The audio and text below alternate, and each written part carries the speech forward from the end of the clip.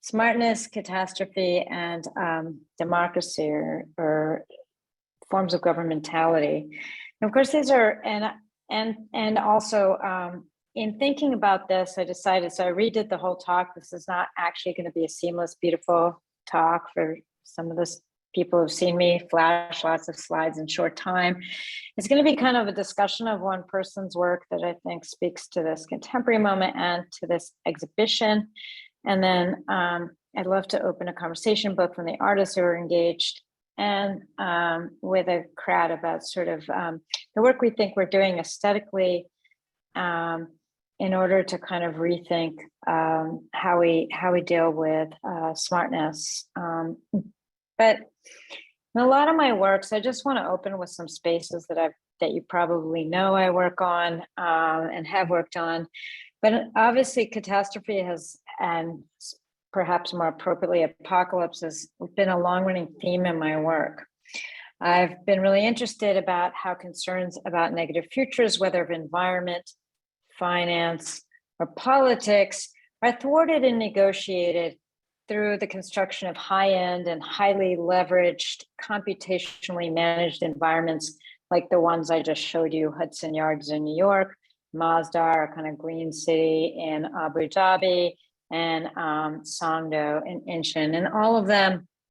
And these are, if we will, the test beds for the future, spaceships, to quote Gökçe Genel, high-end experiments in surviving a future always imagined as catastrophic. So they're preparing always for a catastrophe that's supposedly yet to come, although of course we know that that's not true. So in the name of this catastrophe to come and survival, of course, inequity is regularly affirmed and reaffirmed and strengthened through these sort of high-end compound infrastructures. And as multiple art pieces, even in this exhibit, have noted, this is the neoliberal city, or perhaps the smart one. It's not a world, if we will, of internets of things, as Vytautas sorry, I'm mutilating your names, and Kazas and Claire Clanois are filled with new artificial forms of life, but rather the city of finance and potentially necrophilia. And as a historian of the Cold War and of neoliberalism, I situate our contemporary geopolitical moment in histories of militarization and securitization. So there's lots of ways we could think about smartness, or how the smartness mandate, the mandate to make everything smart, emerged. But you know, in my work, I often think in relations of smartness, not so much about 19th century or earlier histories of objectivity, reason, mechanism, although I do think a lot about race. But in general, I tend to think about the way those older histories are reformulated in the post-World War II moment, and particularly about the post-World War II quest to automate decision-making in order to surpass, or perhaps even imagine, the unthinkable, i.e. nuclear war and human failure. And in some sense, every smart city is an effort to manage risk and futurity, as these diagrams by Karl Deutsch and Norbert Wiener, imagining sort of the urban space as a network of communication and information flow to enhance human lifestyle, they argued, but also, of course, in anticipation or in defense of nuclear war. So these are always images of the future.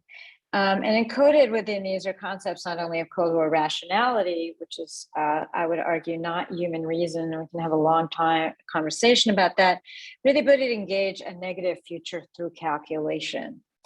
And more importantly, the assumption of a negative future. And those modes of calculation weren't just about calculating nuclear war, as Stephen Collier and Andrew Lakoff have demonstrated in their kind of new work on the Federal Emergency Management Agency and sort of vital system security.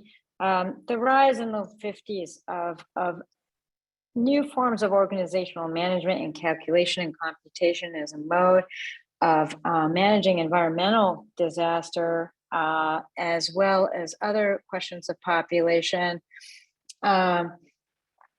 was a new mode that they argue does separate even from other older histories of what we might call security in its particular reliance on kind of datafication, computation, and particularly computerization, digital computerization, as well as the particular managerial modes.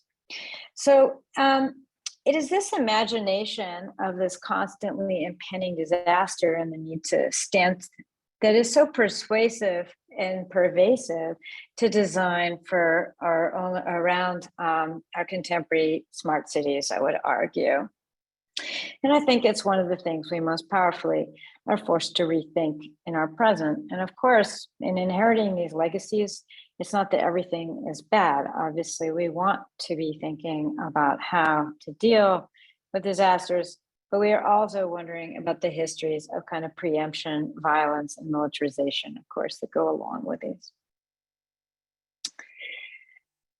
But if I think a lot about the Cold War, I also think a lot with the 1970s and the world order that emerged from post-Fordism and what we might label the information economy. How, for example, race warfare was transformed to new strategies of data collection and design into personalization and interactivity.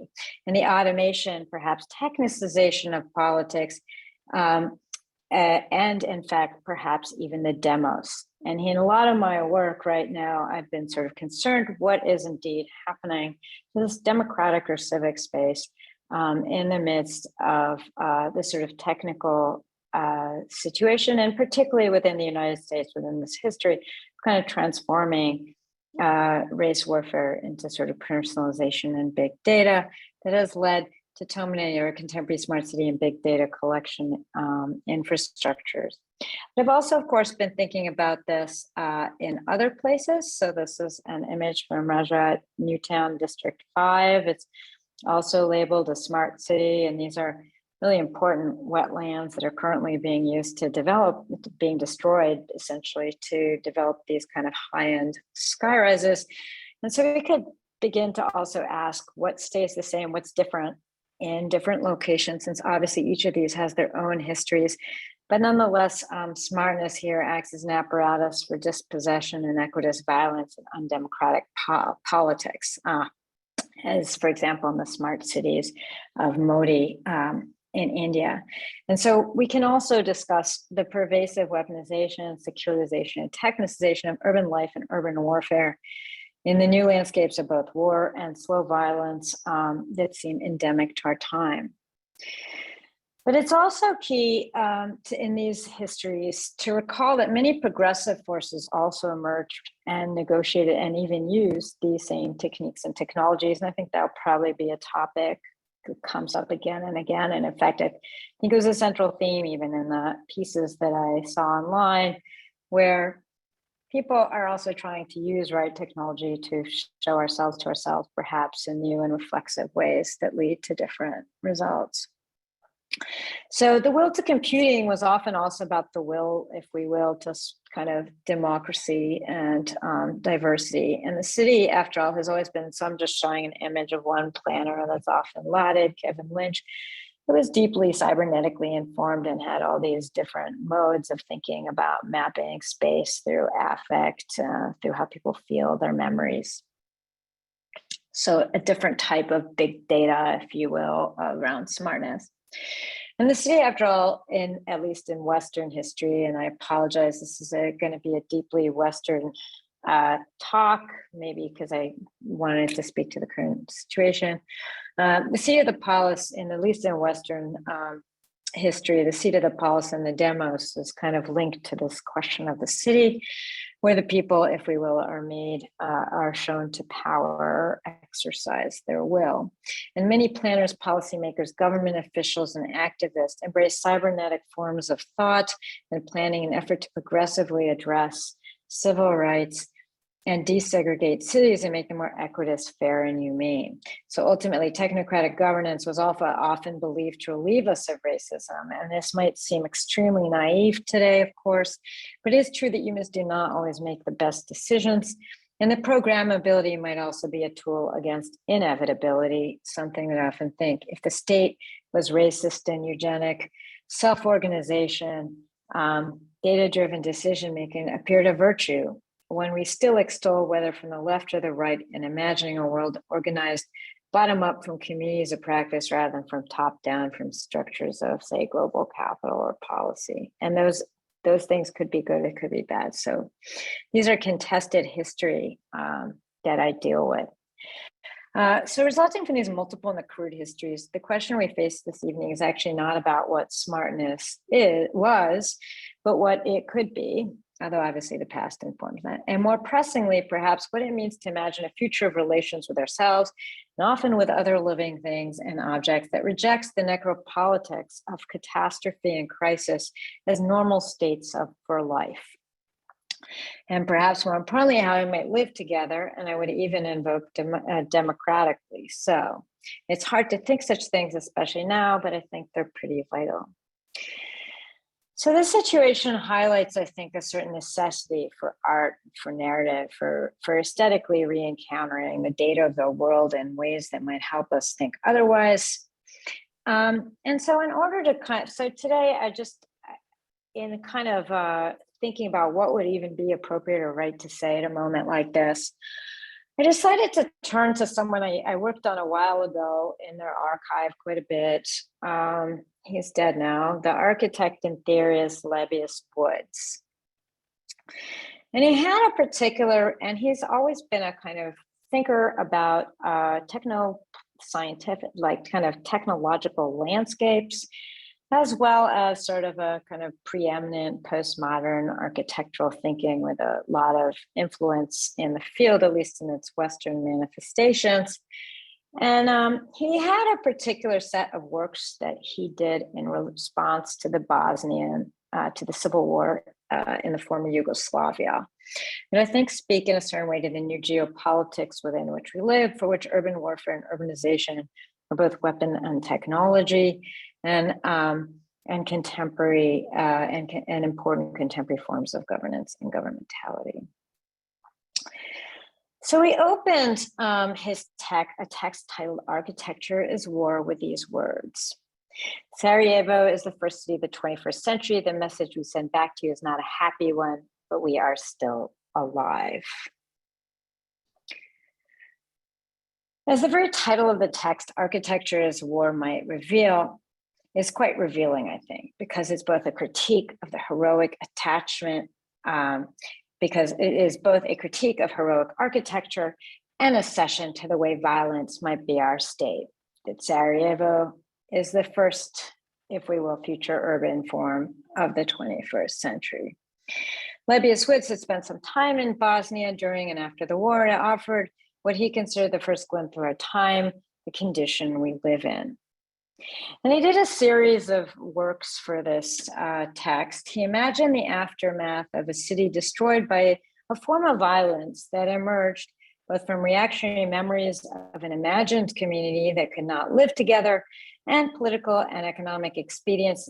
So this war kind of emerged out of this kind of reactionary imaginary of communities that could not live together, but also, of course, out of the political and economic opportunism in the wake of a power vacuum, and as communism sort of started to come apart in these regions.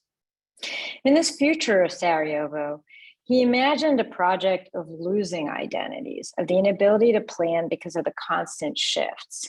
And he imagined this idea of ruins as a kind of infrastructure for this new polity that would emerge. So you can see in these renderings, and for him, drawing was kind of a mode of imagining futures that he always imagined kind of linked to architectural drafting.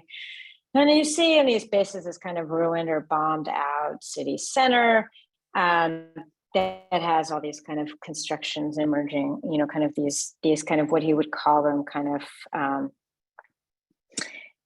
these sort of free zones or parasitic infrastructures. Here's another one. So he kind of took these actual buildings that had been shot into by missiles or destroyed, and he had these ideas of kind of literally injecting new forms of life and also new relations between the landscape and the environment, a theme I'll return to later in his work.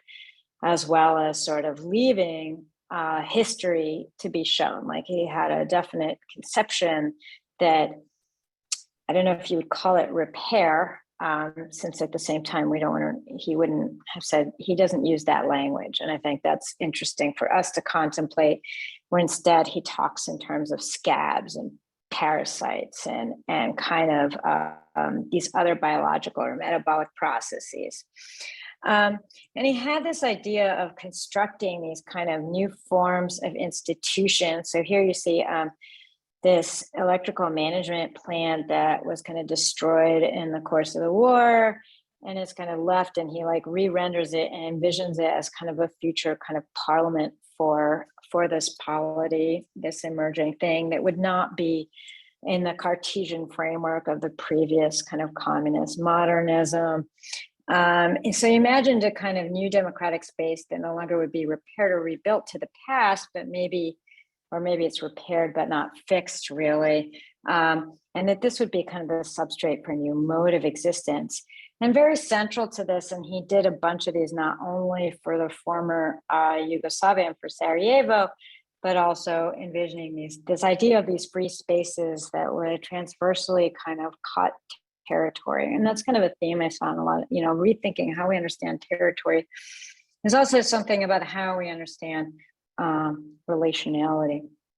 So a reassemblage of spaces that created for him what he called a new free space, these kind of roaming global territories he imagined that did not instate a non-space, in his words, but create rather questions of affiliation between spaces and time, between the ruins and the city that is to come. A comprehension that disasters happen, but that this is not the tabula rasa in certain ways of modernity, to which we respond with a false optimism of progress, but rather with a memory as though a body, a wound, and that these kind of things, and he calls them wounds and scabs, parasites. So he has this idea of all these kind of new forms of life and organic construction that would somehow kind of open up the walls of the Cold War to be reimagined at some other form of space. And in thinking about that we all live, if you will, in the aftermath of this war, and a world built by wars, or that architecture itself is a war, either against human life in certain places or in other instantiations, a war against stasis or non-change. It is perhaps analogous in other terms to Annette Sing's fantasy of living in the ruins of capitalism, that ruins are kind of the structure by which we continue to make our lives, but with some critical differences. Would imagine new technical landscapes, ones that exhibit their markings of violence as the very infrastructure for producing new relations to time, perhaps between people and things. They wrote that the new role of architecture, one that perhaps would have to activate the new relations between environment and urbanism, a reconfiguration of, for him, the most critical landscape and building, and kind of perhaps we might think about it in terms of rural and urban. And so he wrote at one point in another text, in our contemporary urban world, of this aggregates of buildings that become in themselves artificial landscapes and context, is really interested in kind of artificiality and non-recovery, if you will. In the past, the architect's role would seem to inevitably expand beyond designing built single objects. A few architects have explored the possibilities of fusing buildings and landscapes, creating these hybrid landscapes, to which he kind of dedicates himself. So the hybridity is a really big theme.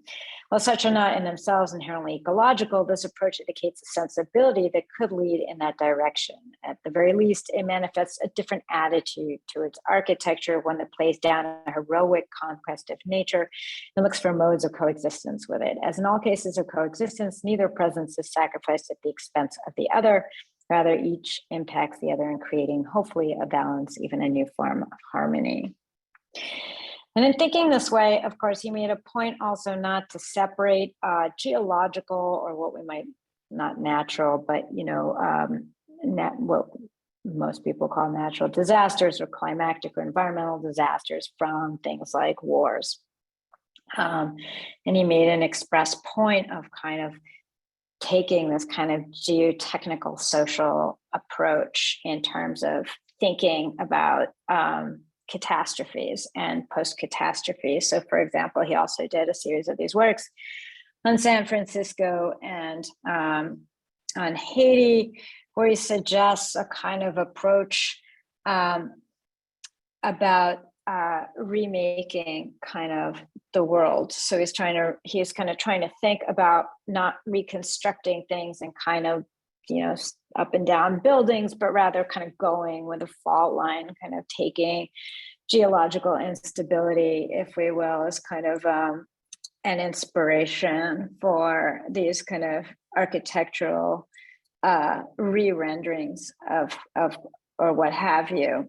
And so for him, again, like I said, this idea of constantly remaking, and also for him it was very important, this idea of drawing as a mode or way of kind of envisioning or remaking spaces or futures without also being like fully, absolutely closed. And here in this case, landscape becomes a tool to reconfigure the hubris of technology conquering nature, and rather opens the kind of environment of the city into that of the landscape in ways that he thought were very critical. And as part of this, he also thought cartographically and territorially, invoking things like borders at a regular day thing. So he kind of did a series of remakings of things like this new world filled by just walls, like a world of borders. But in these cases, he wanted to rethink walls as zones of indeterminacy. It was, of course, an ode to the many borders, walls we have in our present. But he wanted to rework them as not as clear sites of delineation spatially, but rather as the leading edge of our globality, and edge these negotiations, make the conditions of life the most visible, and perhaps he hoped least tolerable. And so he has this kind of planet of walls that he kind of reconstructs. I was also quite interested in these fantastical things. And it's interesting to note that his work was also alleged to be stolen for the movie 12 Monkeys. If any of you have seen it, it's a thoroughly dystopian vision of the world. It's a remake of La Jetée with biotechnology, but it's also a world that's deeply not only about kind of psychic manipulation, but also technical. And of course, as I mentioned, robustly dystopian. There were lawsuits. But whether it's true or not that these kind of images circulated to produce these science fictions, I think it's revealing that there was even this debate, but it begs a question of whether in our love of ruins or his love of ruins and living in those hollows left by capital, we ourselves do not participate in some way in this kind of negative future. And I end on one note here, which is, while on one hand, there seems to be something robustly fascinating and critical and sort of rethinking these static structures like walls and borders and also reimagining kind of the modes by which we would occupy even geological catastrophes, as well as concepts of these transversal spaces that would cut through the previous geopolitical orders, as well as the kind of modes of new forms of life that he's imagining. I also brought him forward because while I found certain elements of his work inspiring, I find them also deeply, deeply problematic. And I brought him forward to discuss and think about what forms of representation, but also imagination we need to demand now in order to be thinking non-catastrophic futures and ending kind of the normative logic of an eternal warfare and environmental, and the kind of belief or imaginary that eternal warfare and environmental crisis are now the normative state for human life. So I brought these up because they really hearken and bring up questions of what it is to talk about things like repair, to envision community-based development that's not about identity, but about something else. I felt so much of his work was dealing with the histories of sectarian, kind of sectarian violence in the wake of a particular geopolitical history. And how do we create other forms of affiliation? The work even forces us what forms of care foster democracy and difference, and what forms allow the sacrifice of others in the name of caring for our own, in the way that perhaps we might talk about these preliminary examples I gave you, where we looked at these structures where essentially in the name of environmental greenness and what have you, we're building these extremely high-end, essentially, absolutely sort of compound infrastructures that most people on Earth can't really occupy. And so these sort of, and after all, even in the most recent conflict, Russia has made an argument of great care for certain groups within the Ukraine, a defense, if you will, of kind of pro-Russian nationalists within the country. So I showed Woods because he asked us to confront what it might mean to rethink representation at scale and socio-technical environment. It's not just for one community that recognize it, but and also at many scales. And I also showed him because he is a problem. He demonstrates the best and worst that smartness offers: the possibility to rethink boundaries, the relationships between rural and urban, nature and culture, but also the question of what forms of aesthetics might unify but not homogenize us. So both things seem to be operative today as we think about how we're constructing our new cities. And also we're operative in many of the pieces that I saw in this work. So his very aesthetics, however, are a problem for me. They look very modernist. They're always referencing history, but evacuating them in the very line, if you will, the drawing line of contemporary architecture. So I find there's an incredibly homogeneous landscape here, even though he's purportedly negotiating and arguing that we have to maintain historical consciousness and embeddedness within each of these places as we rethink their future. And furthermore, I see embrace of ruin as a necessary infrastructure for the new could be a kind of backhand mutation of an older fantasy of creative destruction. But it's not an easy dilemma to solve, being both global and local. As a feminist, I always urge situated knowledge, placemaking, meaning-making, and narrative. But I understand that these are many, and that in democratic societies, the societies would imagine after sectarian violence, we want cities that are made of affiliation without identification. This is the problem: how to rethink Western genealogies of power and politics, to which technology is both solution, but also the carrier, the barrier, the archive of. But then again, ghosts, as certain pieces have shown, have their own potency to reimagine these relations. But also the fundamental technical question, maybe the Benjaminian promise in all these technologies that emerge from war and securitization, about managing networked large-scale societies without consensus, sameness, and with difference. So these are the kind of dilemmas that we're forced to deal with in the hope and promise, as well as the disaster that technology seems to assume. So I'm going to end here in saying that sadly I'm not here with you. I managed to enjoy the pieces of the exhibit mainly through the website, but in a very incomplete manner. But the projects all dealt with these issues with nuance, and collectively perhaps have brought forward, if we will, some sort of image of thought, what perhaps Wood's work does not do, new narratives in history making about smartness.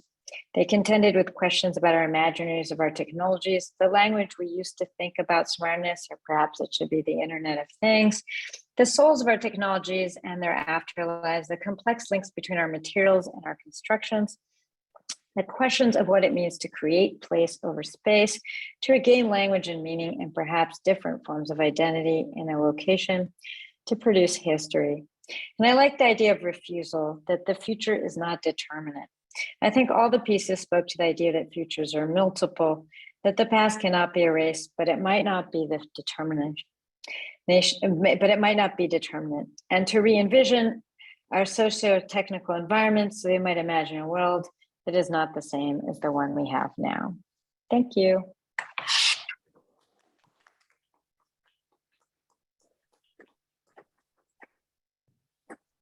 Great.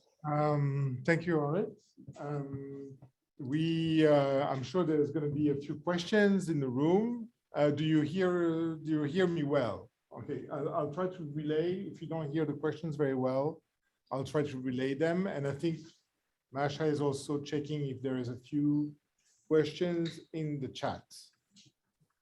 All right.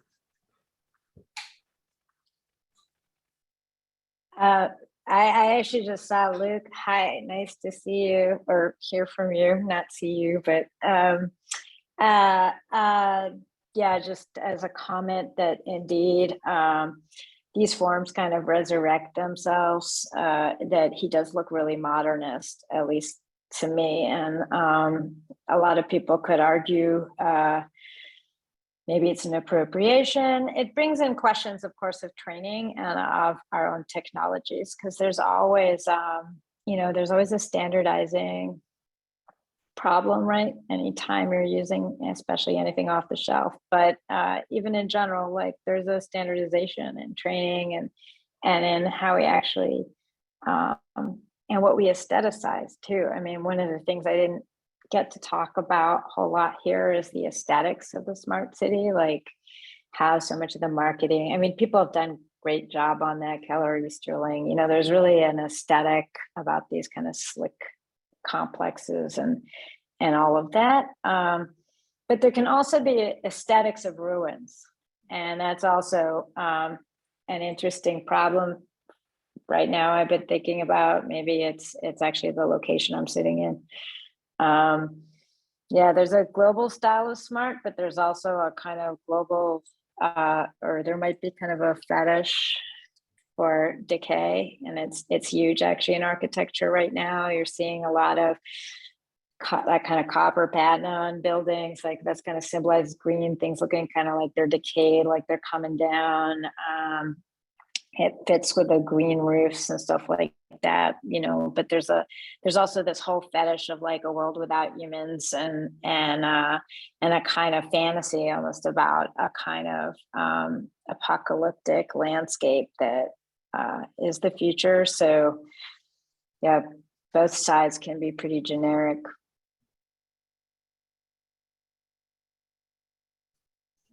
Question to connect to this. So Orit, can you hear me? Yeah.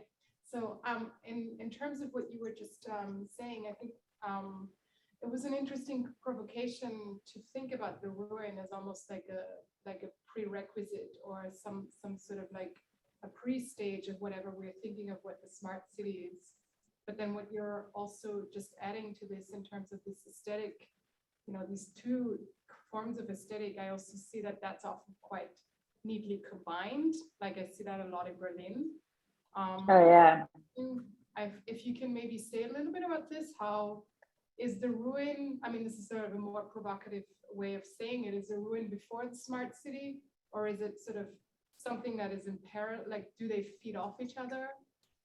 Is there, I don't know if that makes sense, but I was just thinking that aloud when I heard you speak now.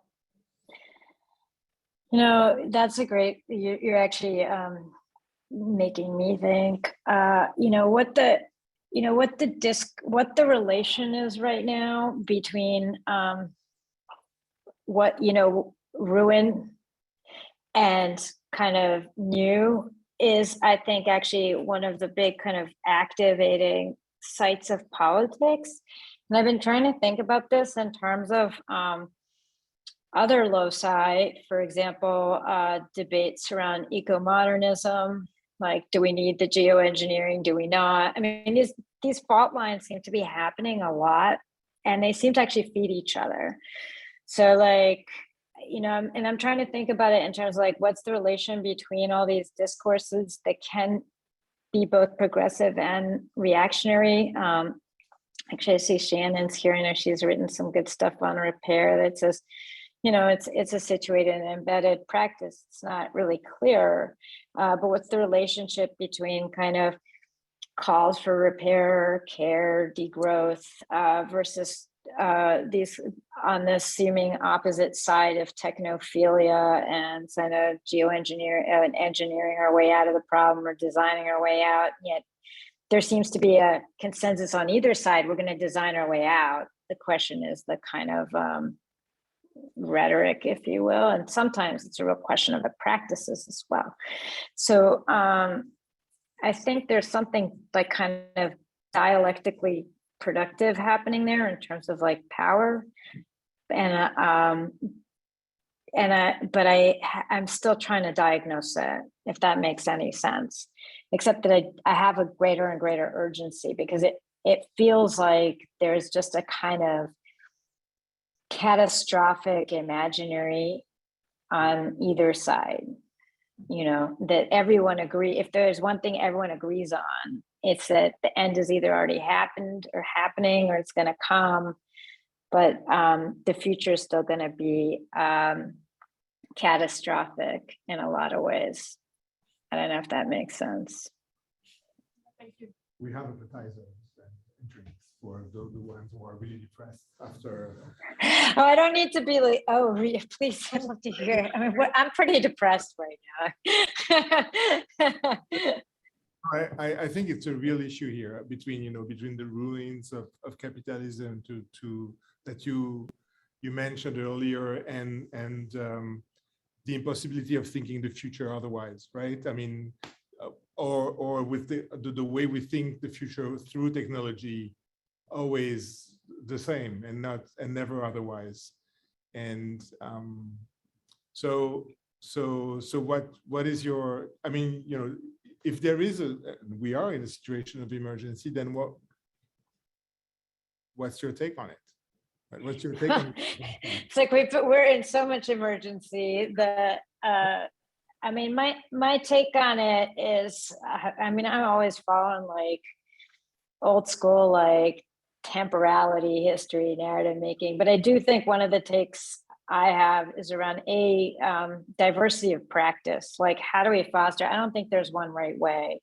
So I think the real key thing is that in the discourse of crisis, and this can happen on a lot of political spectrums, that people actually start saying there's only one way we approach planning. Like, it's only about community-based interventions. We can't really worry about larger scale collective infrastructures, or it's only about one thing, and that's being optimistic, or it's only about leaving everything to the free market or what have you, or it's only about the engineers. And I think that there's a struggle in general just to maintain a diversity of practices in terms of how we intervene and act in the world. Like, and that's a pedagogical question too. I mean, at school, like with STEM, like how are we maintaining different forms of knowing the world in our own institutions? How are we fostering them? That's becoming a deep ethical and political issue, as well as I think in practice, how we kind of foster and maintain not only difference in terms of people, like all sorts of differences, but in this case, I'm talking about epistemologies and practices and ways of knowing and representing the world. I think there's lots of, I think there's, like I took heart even from this endeavor. I think a lot of people came together to try to reformulate how we experience or understand smart city, or how we map it, how we think about the futures it's going to generate, as well as the histories it's transformed. And I thought that was heartening. I don't know.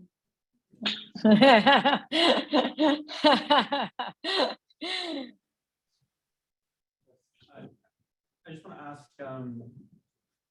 especially because you touched on war, a quote came to mind from Brilio in Pure War, how he thought about how the speed of warfare kind of eludes politics now, and especially this is more true than ever, especially like something like a hypersonic missile, which is like this new technology that that Yeah. perhaps we can't stop it.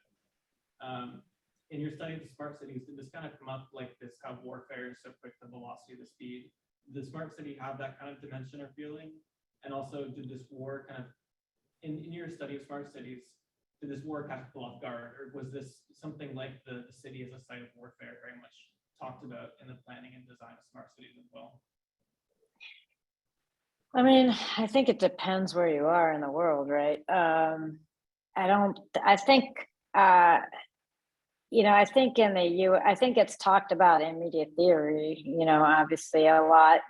I don't know how much urban planners are thinking that way, even if de facto with some of these, with some of these spaces, they're definitely invoking it, even if it's conceptual. And certainly in certain places like Masdar, it's an explicit language, not of supposedly war against whatever, but around like securing a kind of post-oil future, imagine, kind of shifting capital into new things. So it's got that sort of feeling. I would say I do feel that way. But I'm also interested in like, what opportunities does it afford the temporal space between, the speeds, if we will, of the technology, and then the latency of politics. Like it can be also an opportunity in some sense, or in certain places it becomes that way because sometimes politics, it's lack of response, not being immediately reactive isn't necessarily not progressive. Just thinking about actual alt-right and stuff like that. In terms of the other stuff that you're talking about in terms of like the fact that we've exceeded politics, I think that is really, really a serious question, and I think it feels a little bit that way, although in a weird way, I think the current conflict has surprised a lot of people for the kind of raw return of geopolitics, actually, like that these policies matter and things get moved around. I don't know if that's an answer in any way, but as a big Virilio reader, I mean, I'm constantly concerned about the question of creating institutions that have, again, multiple temporal capacities, and that it does feel that this smart city stuff is kind of moving in its own speed, along with, of course, warfare.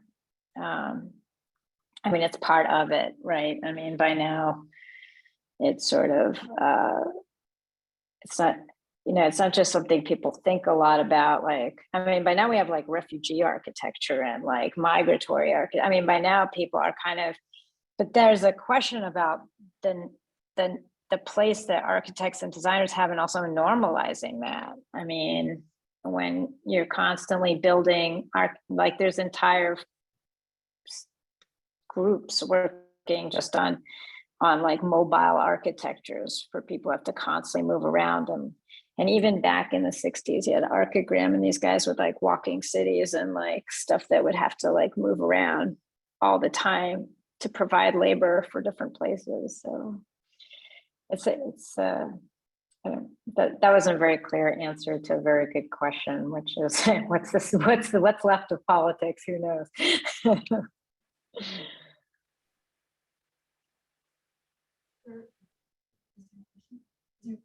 I don't know.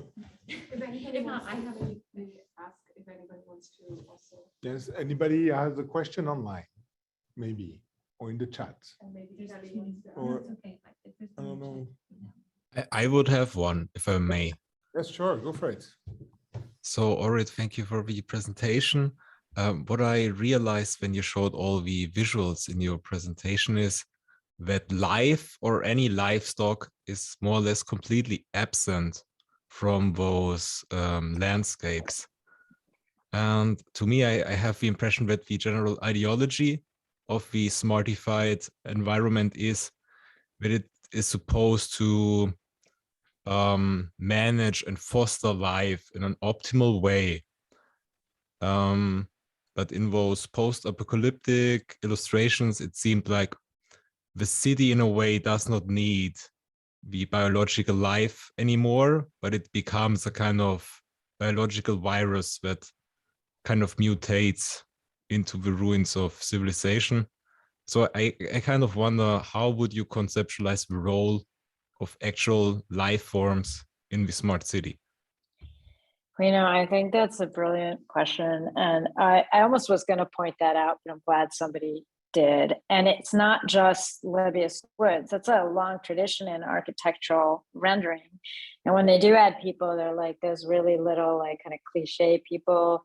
And if you're trained critically, like, oh yeah, we should add some people who look like people. But on the whole, it's kind of a general given that, or it's just been, it's kind of, there's a whole history of kind of being trained, I guess, that way to draw.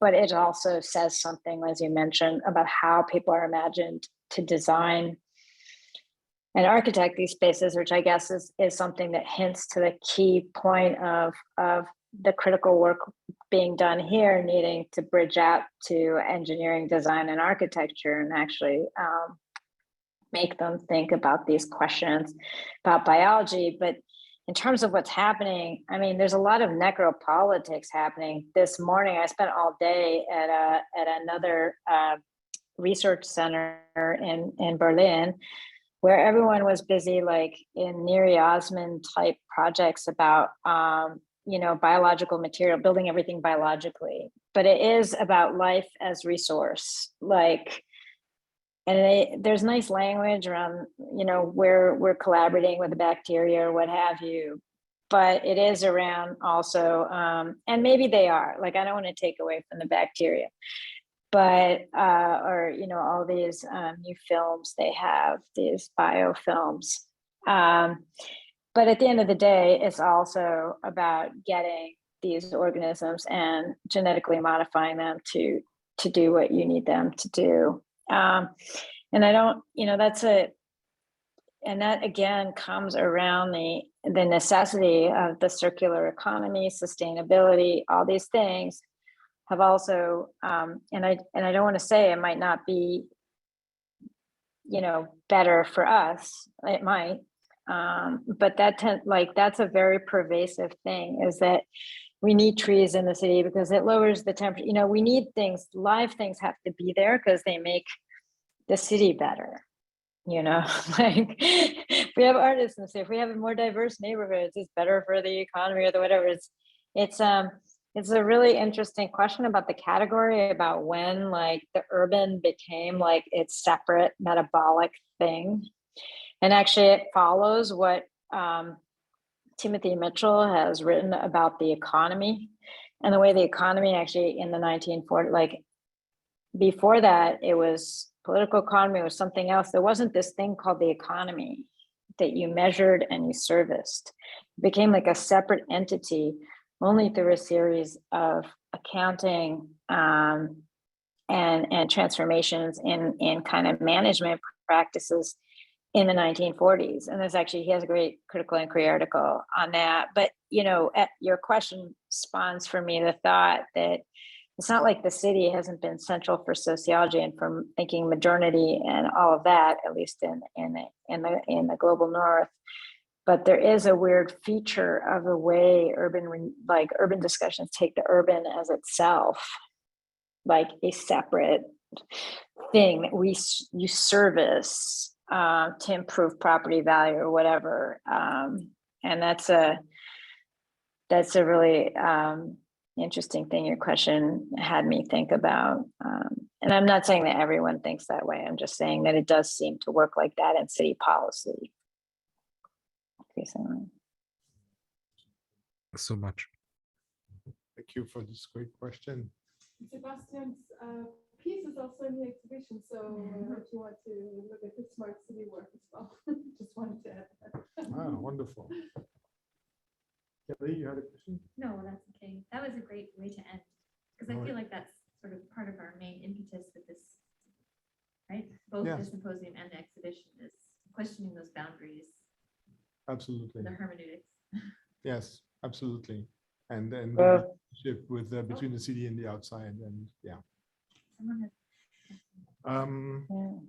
I hear. Anyone? Is there any other comments? No, I think we can.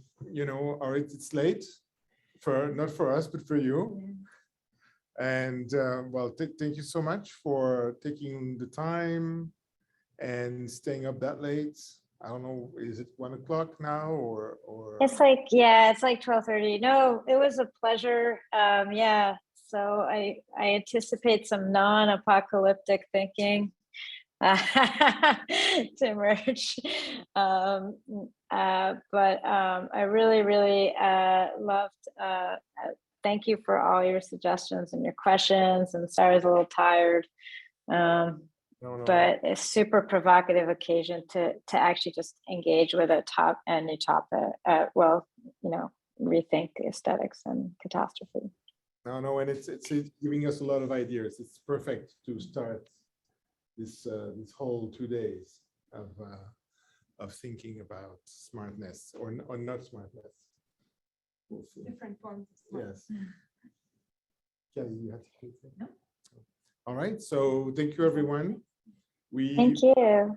For those who are not online, we have appetizers and